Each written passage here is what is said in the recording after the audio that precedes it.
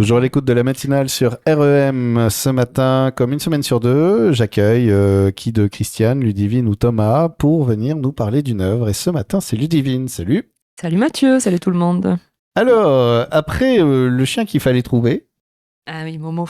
Eh oui, Momo, hein, rappelons-nous, Momo, formidable. Euh, Aujourd'hui, tu viens nous parler d'une œuvre d'un homme qui adore commencer de nombreux ouvrages.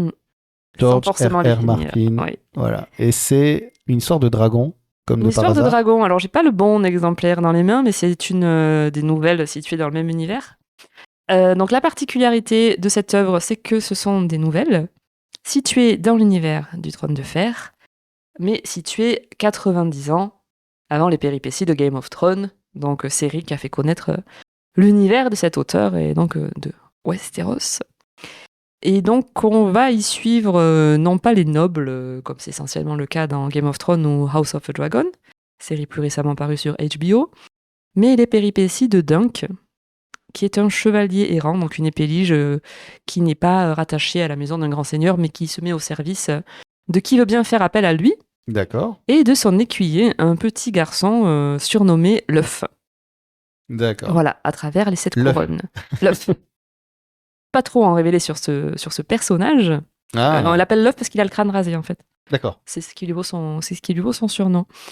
Et donc, il y a 3 nouvelles actuellement parues autour des aventures de Dunk et l'œuf.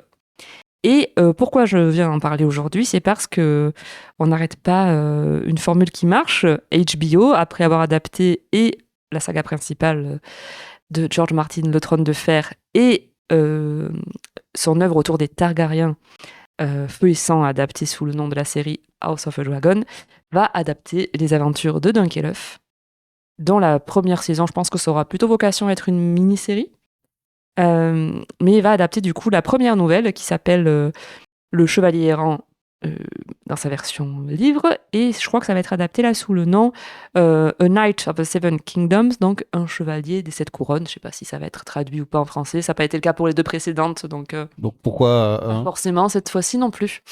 Mais qui devrait sortir donc dans le courant de l'année. Et alors, comment on raconte une œuvre sans spolier? C'est délicat, comment raconter un sans spolier. Alors, je peux donner le synopsis de la première nouvelle, donc, qui est celle qui va être adaptée à l'écran. Donc, Dunk, à la base, est un écuyer. Ça me rappelle un peu, d'ailleurs, je ne sais pas si tu connais ce film Chevalier. Ah bah oui, avec Heath Ledger, oui, complètement oui. génial, avec des musiques de Queen. Brian Helgeland. Oui, Brian Helgeland. Oui, tout à fait, qui était aussi le scénariste de Mystic River. Ah, mais Chevalier, c'est très chouette, je l'ai revu il y a pas longtemps, tu vois, ça m'a fait plaisir. C'est très cool. Et donc le début est un peu ressemblant dans la mesure où on suit un écuyer qui est rattaché à un chevalier, le vieux chevalier meurt, sauf que je crois que dans le cas de l'œuf, il est adoubé.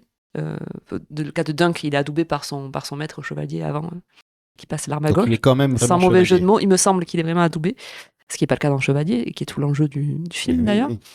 Et du coup, Dunk va tâcher de survivre par lui-même, parce que chevalier errant, c'est pas toujours facile. Hein.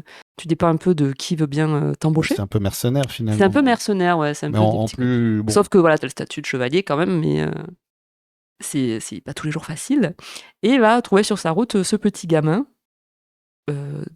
surnommé l'œuf, qui va prendre un peu malgré lui à son service. Et ils vont tous les deux assister à un grand tournoi. Et Dunk est un peu gaffeur, donc Dunk va se mettre un peu en mauvaise posture en défendant une damoiselle, une marionnettiste. Sauf qu'il va la défendre face à un seigneur Targaryen, sans le savoir. Ce qui n'est pas la bonne idée. Ce qui n'est pas la bonne idée, voilà. Donc va s'en suivre un méga tournoi, tout ça. Voilà, donc c'est une histoire de chevalier errant, de tournoi, d'écuyer, de demoiselle en détresse, mais pas trop dans le profil type de la demoiselle en détresse. Et ça se lit très bien, c'est une très chouette nouvelle. Ça peut plaire aux gens qui sont pas forcément à fond dans la fantasy, avec les codes magie plus, parce que finalement, il y a déjà plus de dragons à ce moment-là du récit à Westeros. Donc c'est surtout de dynamique entre nobles finalement, complot, tournoi, personnalité complexe.